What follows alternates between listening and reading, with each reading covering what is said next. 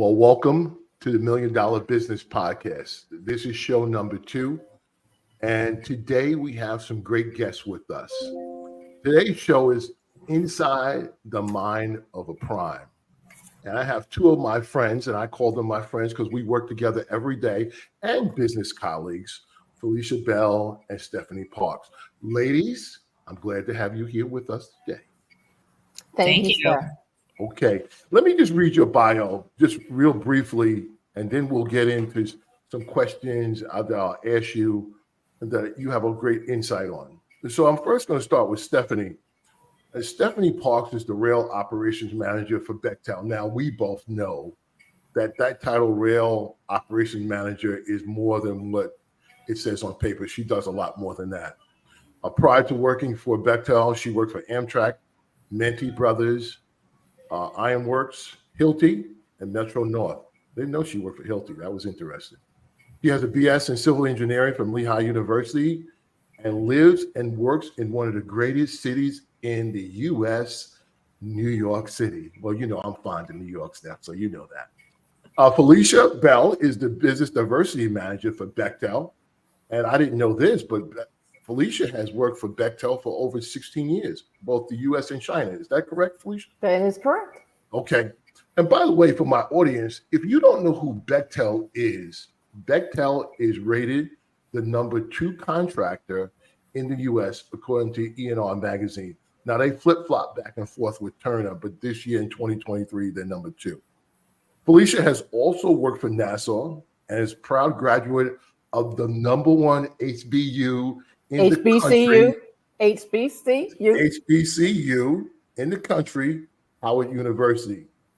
In her spare time, she teaches financial literacy and belongs to a book club. Did I get that right, Felicia? That is correct. I actually belong to 2 book clubs, but yes. Mm-hmm. Oh, okay. Well, okay. So, Felicia and Stephanie, thank you for being here. Now, one of the reasons I had you here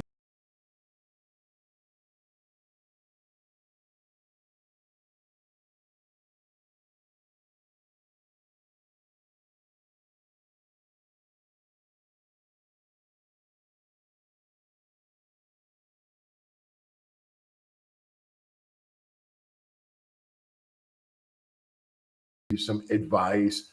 That's what I want you to do today. All right. Now, why I got both of you here is because, Felicia, you've been doing this for a long time, right? And Steph, you're kind of new to this, but in your short period of time, you've gained a lot of insight. So I wanted to have 2 perspectives on DBEs and small businesses. So this way, when the audience listens, they got 2 perspectives on what they should do to gain business. So, Felicia, I'm going to ask you first. I'm going to start off with you first. Okay. Why did you choose this particular area of business for Bechtel, or did Bechtel choose it for you? How did that work?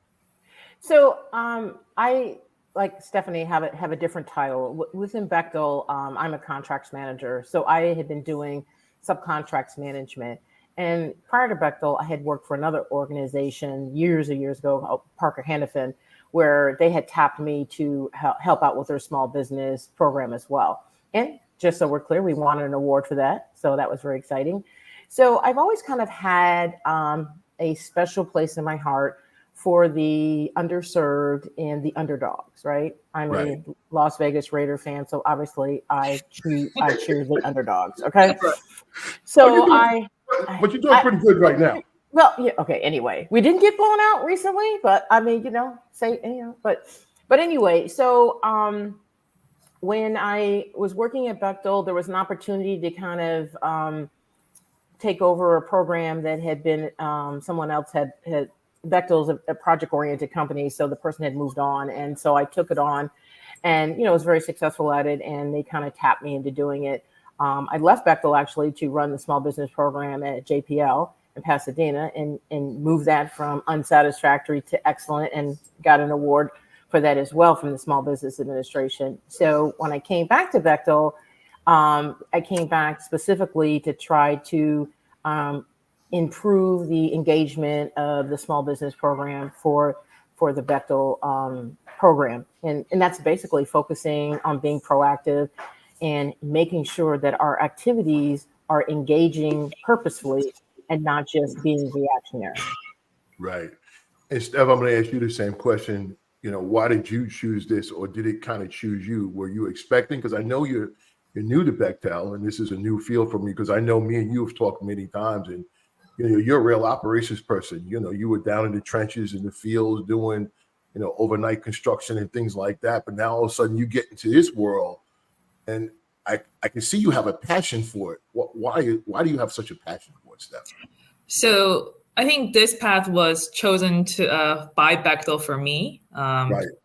As somebody who has worked 10 years in New York and New York construction, there obviously is a relevance because I know a lot of people and a lot of firms within this area. So I think it was kind of a match that was made very well.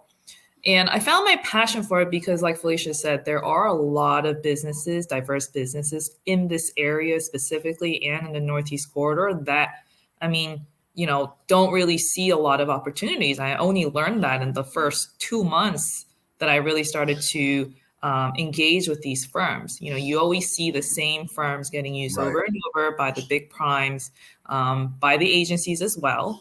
And there's a lot of small whether they're DBE, MB, WB, or veteran-owned businesses that are not being utilized to the fullest extent. So I think that's where I found my passion. And also because, in the New York area, we are creating a new strategy on how we engage with diverse businesses. And the strategy seems to be something that we can really lead as a prime and in the market. And seeing that needle move is what really drives me and gets me to be passionate about this portfolio. Well, you just mentioned something that Bechtel's using a new strategy, right? And so can you just talk about that for the audience so they understand what the strategy is? Yeah, absolutely. So what we've been seeing in the market is kind of a top to bottom exercise, as in a prime will get a contract or will go for a proposal. You see the scope of services and you create an organization chart, and all the primes take the top portions and then they find the bottom areas and they give out those bottom scopes to the small businesses or diverse businesses. What we've done is the opposite. We call it a bottoms up exercise, where we actually get to learn the firm, learn their capabilities, their skill sets, their personnel skill sets. So we're actually looking at people's resumes within these small businesses, learning where they can fit in within the organization, and then creating a chart going up. So this means more meaningful roles for small businesses, more participation, more input from them as well, where we can really see what equity means in a tangible boots on the ground level. Okay. And now, Steph, I know you're in New York, but Felicia, I failed to mention you're in the LA market, right? You're in the LA market. So when you guys are looking for businesses, how do you evaluate them? What do you look for in a business?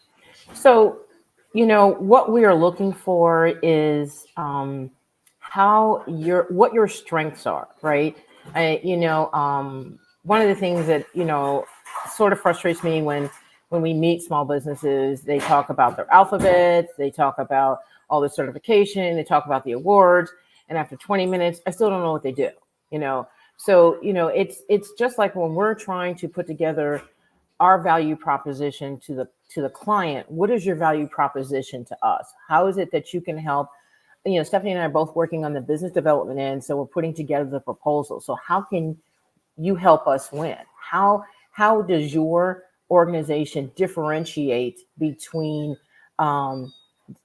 somebody else, right? And when we're talking about an issue like construction management or project management or project controls, there's 1,000 companies that do this, right? Why should I choose you, right?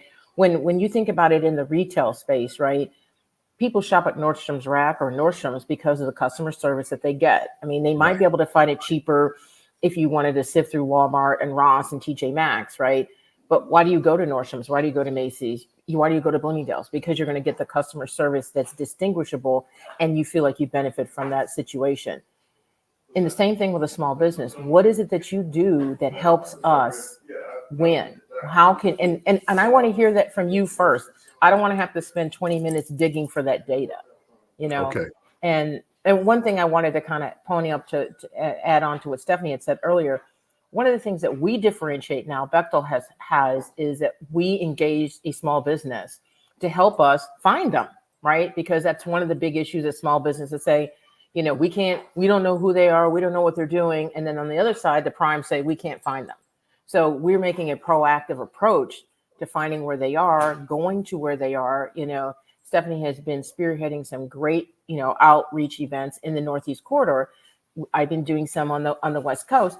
We're going to do some in the Midwest pretty soon, right? Right. So we're going to find you. And then when we find you, we want you to be able to show us what you do and how you do it and what are your differentiators? I mean, we're all different people. So you're going to bring something different to the table, and we want to see what that is. And we want to know what that is. So let's talk about that, because I know we've had this discussion when we go to these outreaches, right? And I see both of you laughing, because we know that we have people that come up to us and they spend 25 minutes with us, right? And then you still don't know what they do. So what would be your recommendation? I know I've spoke about this on Instagram and my social media but I want them to hear from you. What is it that you look for when I come to an outreach event and I come up to Felicia Bell or Stephanie Parks? What are you looking for? What are the key words? What do you want to hear that makes you interested in using their business? I'll go. I guess I'll go first. Well, Okay. I'll tell you what I'm looking for. First of all, I'm looking for the fact you can pronounce my company's name correctly. Okay. It's you're laughing, but people come up to me and go, "What does Bechtel do?" Well, if you're asking me what Bechtel does, then obviously there's not much you can do for me, because you don't even know what I do. You're making me laugh. I'm sorry. Sorry. But I think that's key.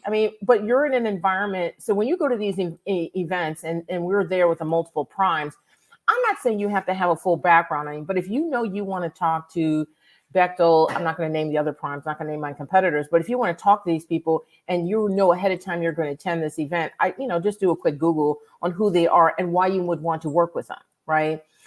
But what I want to hear from the very beginning is I want, a lot of these organizations teach these people the 30-second elevator speech. And I do want to hear that. I want to hear what it is you do, what it is, how long you've been doing it, why you like doing it, and why do you think working for me would be a good synergy for the two companies?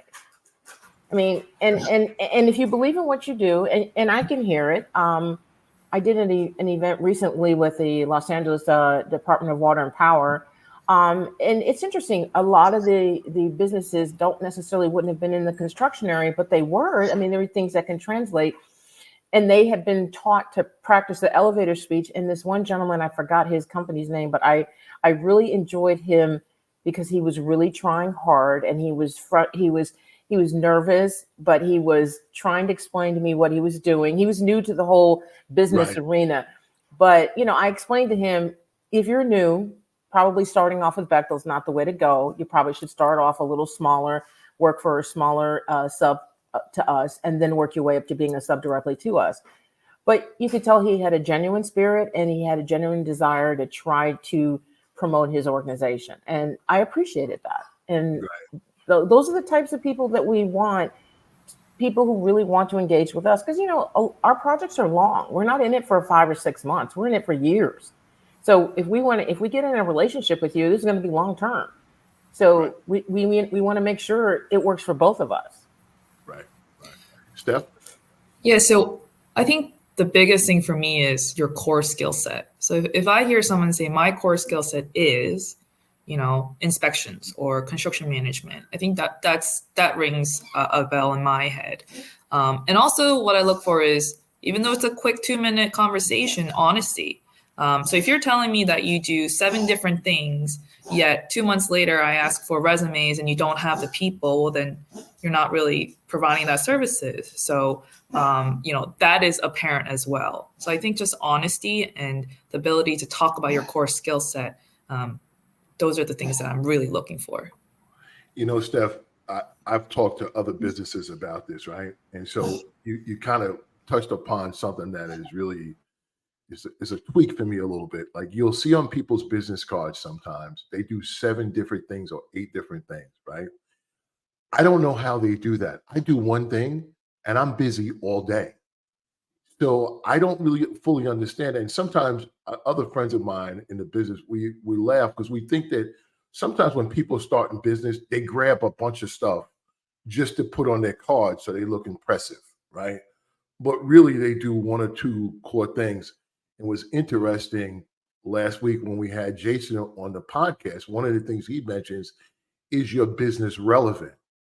What he meant by that is it doesn't add value to someone, right?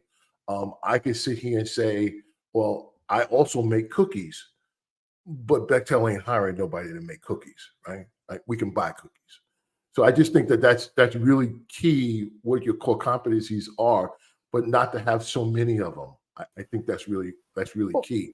Well, I think that's true, and I think the other thing too is that, like Stephanie says, what I always ask is, what do you do best? What is your niche? What is it that gives you passion? And that's the thing you should be trying to promote because that's the thing you do well, right? And when you go with your analogy, I always do a food analogy. You may be a baker, and maybe I don't need cookies, and maybe I need a wedding cake, and maybe that's not you right now, and maybe later on the line you're going to learn how to make a wedding cake. What I think is important is that they do understand that sometimes it isn't a good fit. I may like your organization, I may like the things that you do, but right now, the things that I need to do to supplement my skill set, it's not a good fit. It doesn't mean that maybe later along the line, I might not encounter another project that might be a better fit. And I think people shouldn't get discouraged and then make comments and say, well, Bechtel's not serious. I can't put everybody on the boat. I just can't. So I think it's important that they understand where their value add is and where the relevancy is. And if perchance I don't need it right now, keep in touch. Stay connected. Keep meeting us at these events because sooner or later we might encounter a project that it does work out well. Right. Yeah. And there's always the other layer of that, right? Is what the client wants. If the client hasn't specified that scope, we may not need it at that point. Maybe 2 years later on, they'll realize that they need it. Or like you just said, there's 3 other projects that come down the pike that may call for those scopes. So it may not be now, but it also depends on what the client is asking for of us as well. Yeah, and that's interesting because I just had a discussion with someone today, this morning, and the question was asked, why are we not being used on a certain project, the Hudson River project? And I was able to explain to them that, and me and Steph had talked about this last week, that using local businesses first, you're not a local business, right? And so I said to them, but don't fret, don't get upset. Well, I just don't understand. I said, don't get upset. You may be used later on. So I think that people, what you're saying is so true. Like, it's what the client wants. Like we just don't go, okay, we got all these DBEs, we're going to bring them all in. No, might not have the skill set, right? Don't have that skill set, don't have that core competency, which I think is people need to understand that. And I like to say, don't get butthurt. Don't get butthurt. Don't. Well, the other thing too is that we also have to follow our business model and business acumen for sustainability and community engagement. So we were going to engage and reach out to those businesses in the community that we're working in. Right. So yes, although I would love to use a California company in Baltimore, but there's a Baltimore company there, I will use them first. Sure. I mean, even though I have history with the California company, our goal, our company objective is to reach out to the community first. And that's what we want to do. This portion of the $1 Million Business Podcast is being sponsored by MSS Strategic Partners. MSS Strategic Partners is your business recruitment firm. They help small businesses connect with major corporations. They help major corporations source and vet small businesses to work with. At MSS, they like to say, they'll do all the work so you don't have to. For more information or demonstration of how they can help you, contact them on the web at mssstrat.com. mssstrategicpartners.com, or you can simply type in MSS Strategic Partners. Now back to our show. For both of you, what are some of the pitfalls that you have observed with small businesses? What do you see? Some of the pitfalls besides the elevator pitch and spending a half an hour with you online and not telling you anything. What else? I can go first. So I think the first thing I've noticed is websites. A lot of websites are outdated. You can click on projects and then there's no projects, or it says read more about transit experiences. And I want to read more. There's nothing there. So updating websites is definitely a common thread I see. And it doesn't take long, or I don't think it's a big effort to update. As you get more projects, you should be putting them on your website because they're all relevant.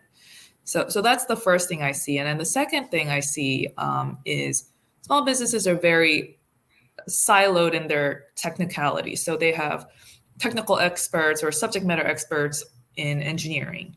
And then there's a CEO and then maybe a recruiter. There's no in between. So there's nobody to do some of the admin or some BD or some back office things. So that's something I see. And I think having a person that can kind of fill those gaps, I think would definitely help small businesses a lot, especially in cases where I'm asking for information or forms to be filled out, pricing rates, just someone to kind of fact check and send all those informations in. Okay, that's good. We're going to use that as a soundbite, Steph, just so you know. We're going to use that as a clip because that's important, that people need to know that. Felicia, what would you say some of the pitfalls that you see? Well, I think, just to kind of piggyback what Steph said is that business acumen is probably one of the biggest issues. These are some very technical, skilled people. I'll give you an example on a project that I worked on. We had a lot of truckers, lots and lots of truckers, but they were also subject to the Davis-Bacon Act and prevailing wage. So they had to report the information. They had to certify their payrolls, things like that. And these people they're truckers, right? They knew how to buy the trucks. They knew to hire the truckers, but they didn't know how to do all that other stuff. So there was a couple of truckers. I said, listen, you're not going to be successful unless you hire somebody to do this for you. Right. And they actually hired a small, disadvantaged business, woman-owned business. And she did them for them. She did like 5 or 6 of the companies. She was doing all their certified payroll and doing all of their stuff. And they were like, thank you, Jesus. Right. Because this is something that they didn't understand. They knew they were skilled at the trucking. They knew how to operate. They knew how to manage all the loads and measure the quantities and stuff like the rest of it. That wasn't their skill set. And I think it's really critical that, if you're a small business, you need to invest in yourself and invest in the business. And that reflects when you try to pitch to us a big business, because, we're going to flow down some requirements to you that we may not have choices to, because it's a prime requirement in our contract. It's a mandatory flow down, which means your company is going to have to be able to understand it and have the risk mitigation on your end. And if it's to hire an attorney to read the contract, then that's what you should do. You shouldn't say, I just signed the contract, Felicia. I didn't really know what it said. And then didn't get all upset when I reference the clause because you're not performing or something's going on. I think that's key. And I think it's important to understand this is a business. You want the business. You are an owner of the business. And this is part of business ownership. Website. What do people do now? What's the first thing people do when they get your name? They Google you, right? And they go to the website and see what you have. And if you have, can I just tell you my Felicia's pet peeve? I hope you were. I hope you were going to go there because I was going to ask you the question. Okay. Yahoo or a Gmail account. Okay. Say that again so everybody can hear it. A Yahoo or a Gmail, an email account for your business. Seriously. So you're saying personal accounts? What do you do with that, Felicia? I'm saying if your company is my business, my email is fabell@bechtel.com. It is not fabell@gmail.com. Okay. So if you want me to think I'm a multi-billion-dollar corporation, you want to do business with me, I would think you could afford the $39 a month or $69 a month for a business, address. Okay. If you cannot, and you've decided that's not an important part of your business, then I have to ask myself, how serious are you about your business? And if I'm going to engage in with you and give you a long-term, year contract, and you don't want to spend $70 or whatever it is a month, it's not a lot. This is a business expense, right? These are business expenses. Your website management is a business expense, your business advertising. I understand. We understand your small businesses. So not everyone can have everything, but there should be some baseline things you should have. And if you sign up for me and say it's at yahoo.com and oh my gosh, AOL, come on. When was AOL? That's like, oh my gosh. So I know it's small, but it's a data point and it Right. shows the serious level that you have. And if I'm looking at it again, am I going to go to AOL.com or, justinservice.com, right? Right. That's important. And I know we've said that at outreaches, and I know we've talked about it. We've laughed about it. And I remember one of the outreaches, I think it was the one in Oakland, we mentioned that, and about 20 people afterwards came up to me and Jenny says, now, where do we need to go again? Where is it that we can get a real website? So it's just interesting that people don't understand that. And I got to tell you, there's some friends of mine who have been in business for a while, and they had a Gmail account, and I talked to them about it. They go, I really never thought about it like that, right? But it's GoDaddy.com. GoDaddy.com. right. It's one of those things that if you really take the time and effort, because you only get one time to make a first impression, right? And I think it goes back to what Stephanie said. If you got a website and a professional email, okay, all right. Let me see what you're about. Let me see what you guys are doing, right? You got a statement of qualifications on that. Okay. We can see. All right. Now we're looking further into you as an organization. But now if you just got a Gmail account and you got nothing else, we go, oh, yeah, no. Yeah. So I can imagine. So now I want you to talk about, because I know Bechtel has a lot of experience in this area in making companies successful. Could you name one or two that companies that you have made successful, small businesses that you have worked with, and kind of help them to grow? Oh, you want? I can take that. So, mentoring is a big, proponent of Bechtel's small business program, but also we do it unofficially and we also do it officially. Right. So I will tell you, there's a company that we started with, I engaged with on a project. God, it was 2008. Okay. And they started off with, I think, one employee at the beginning of the project. The project ended, I want to say 2014, and I think they were up to 80 employees. Wow. So we re-engaged with them. I'll tell you what happened. The company is out of Virginia, and they were certified in Virginia as a DBE. I was bidding on a project in California, and you had to be certified in California.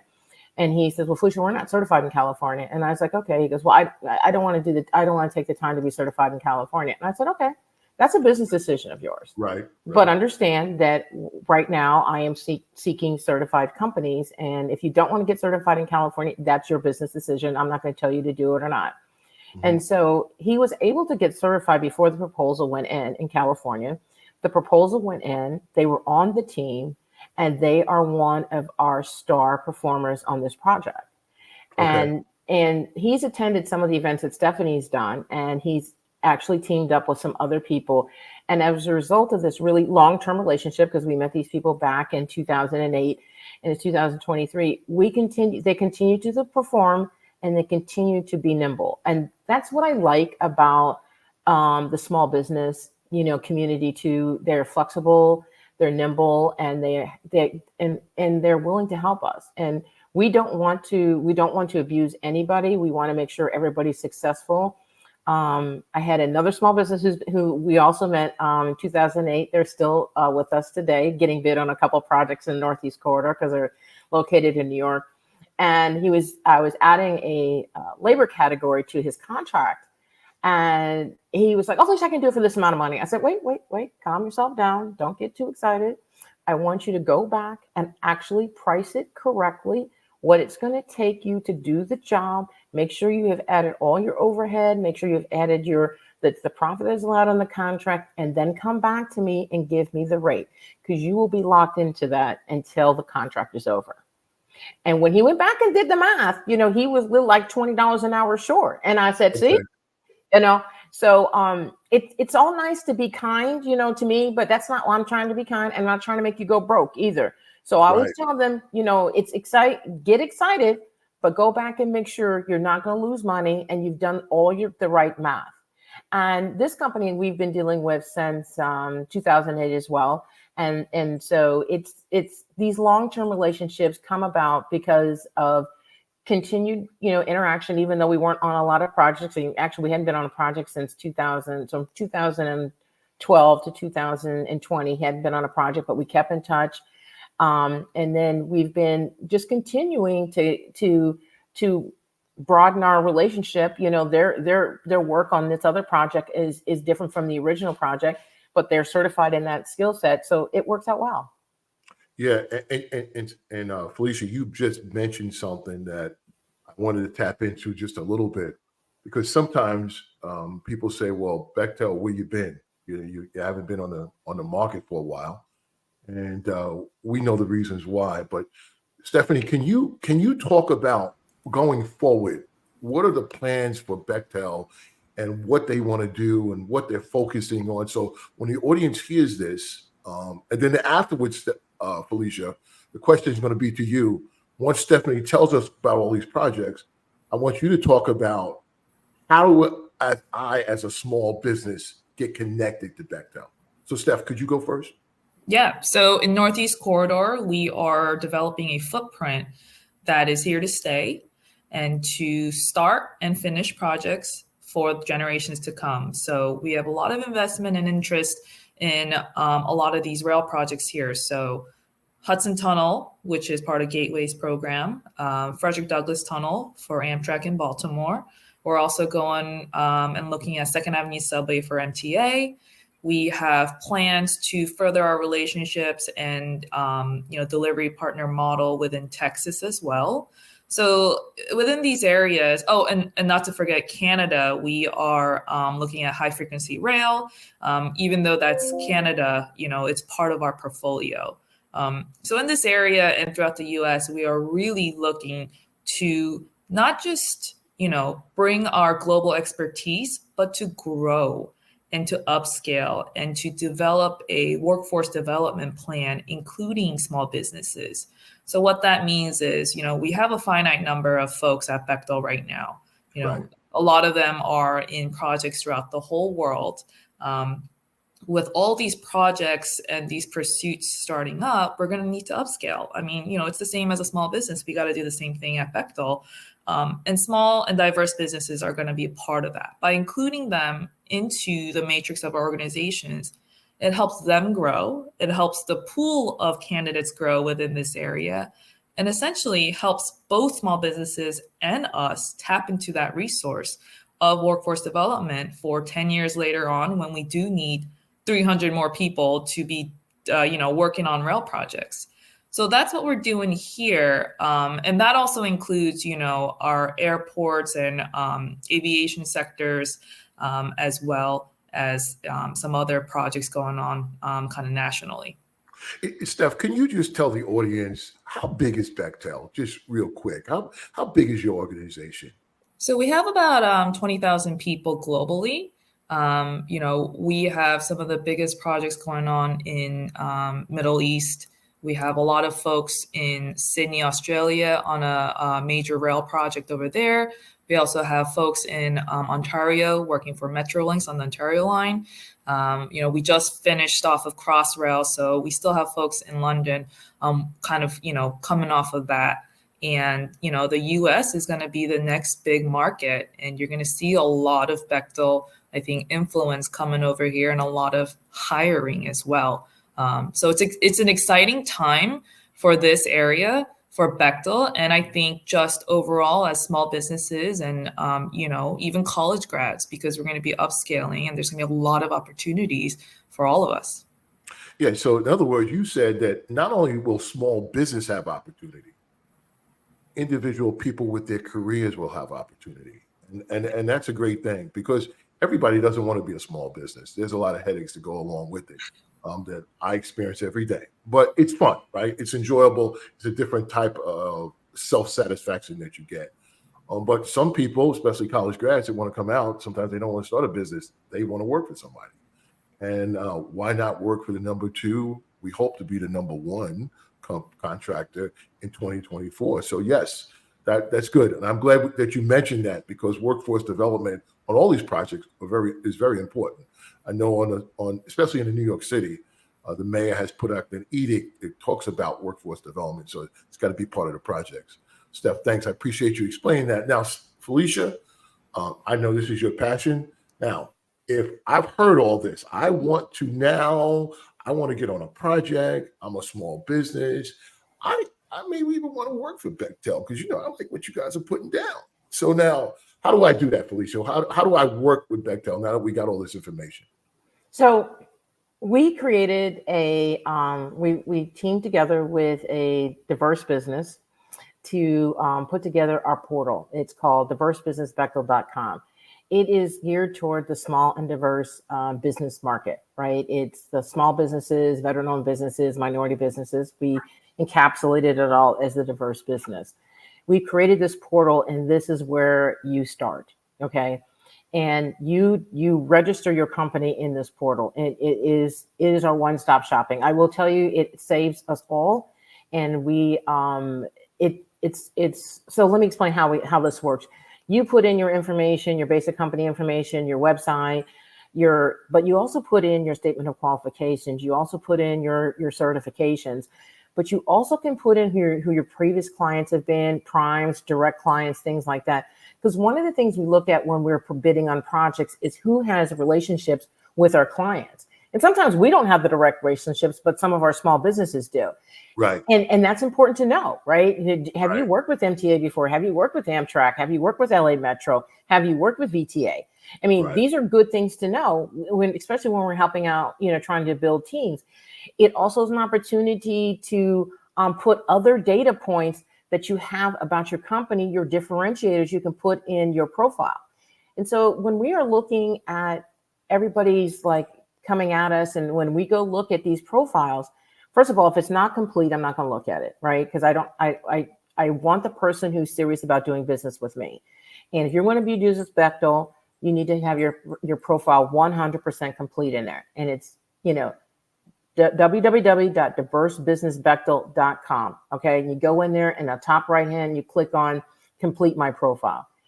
Once it's in there, right, it's searchable. And it's searchable by the next codes that you put in there. It's searchable by your name. It's searchable by, the geography that we're looking at. But most importantly, what we like to do is when we're trying to, choose and get to know you a little bit better, we look at your statement of qualifications. We look and see what you say is your niche thing, right? Right. And, and like Stephanie said, you tell me you're awesome about these things, and then I ask you for some backup and you can't prove it. That's not a good sign. Okay. So really don't promote something you really, if you've moved away from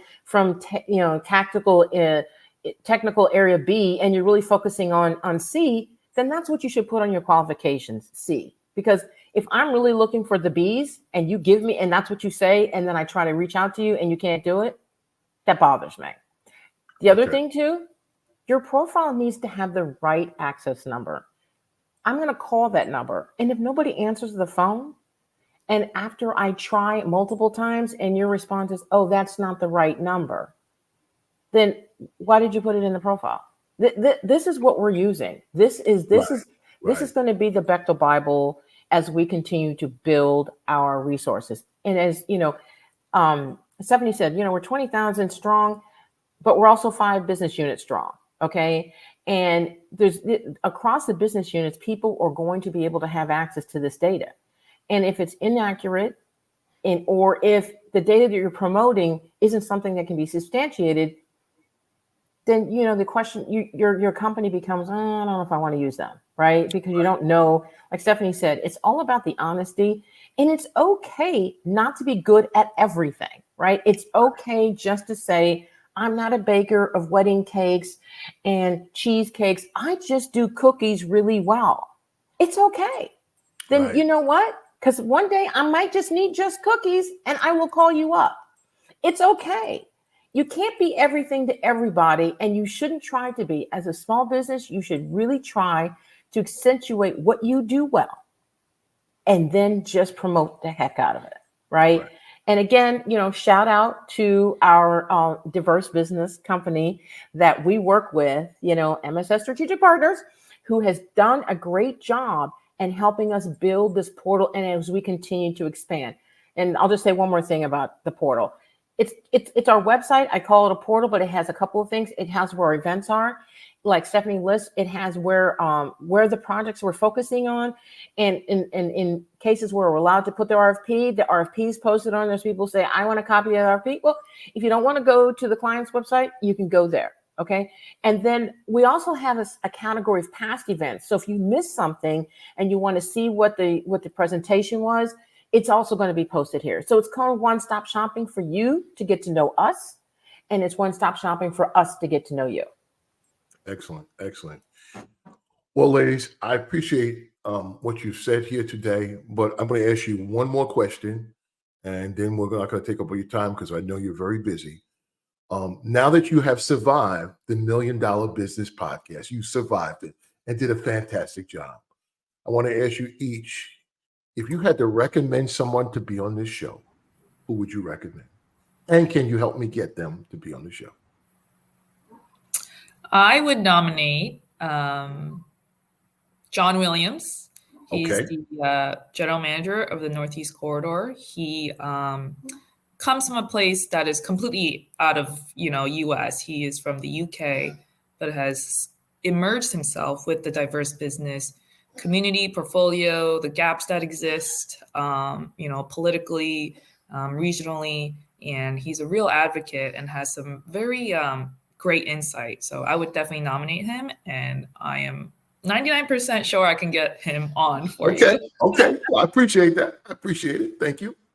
Felicia? I knew Stephanie was going to say John Williams. I would co-sign on that one as well.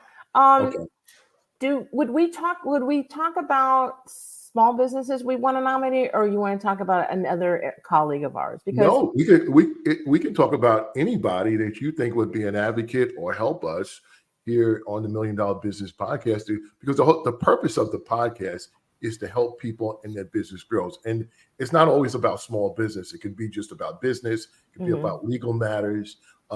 It could be about some controversial subjects that we're going to talk about later on in show number 3 and 4. So it can be anything. Okay. Wow.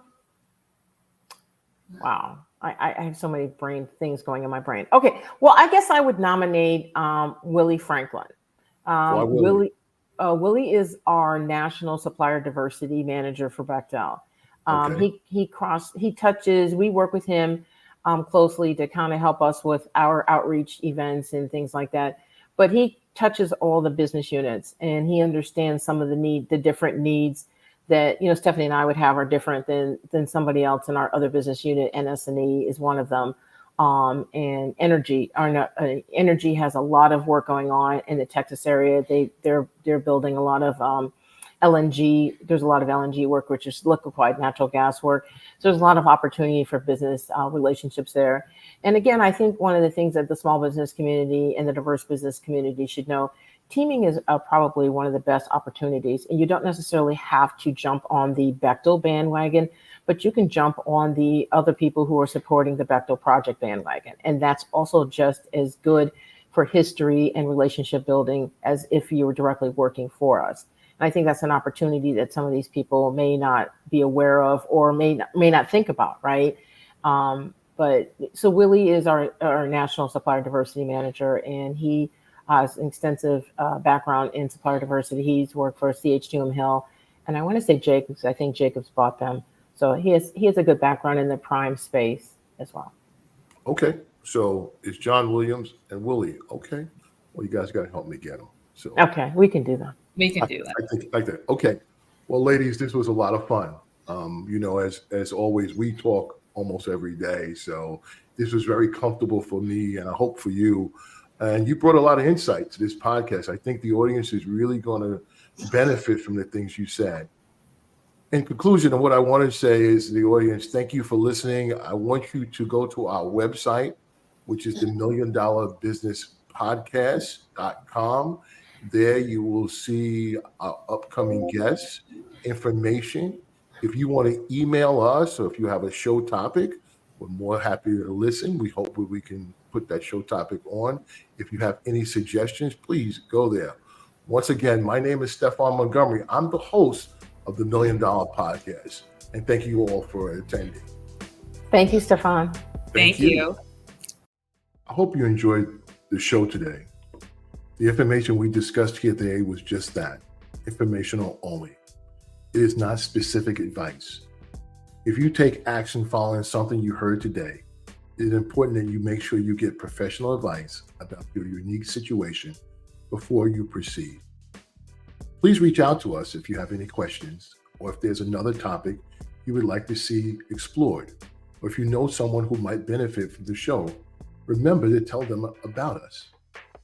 You can find the $1 Million Business Podcast on all podcast platforms or our visual podcast on YouTube. Thank you for viewing and listening.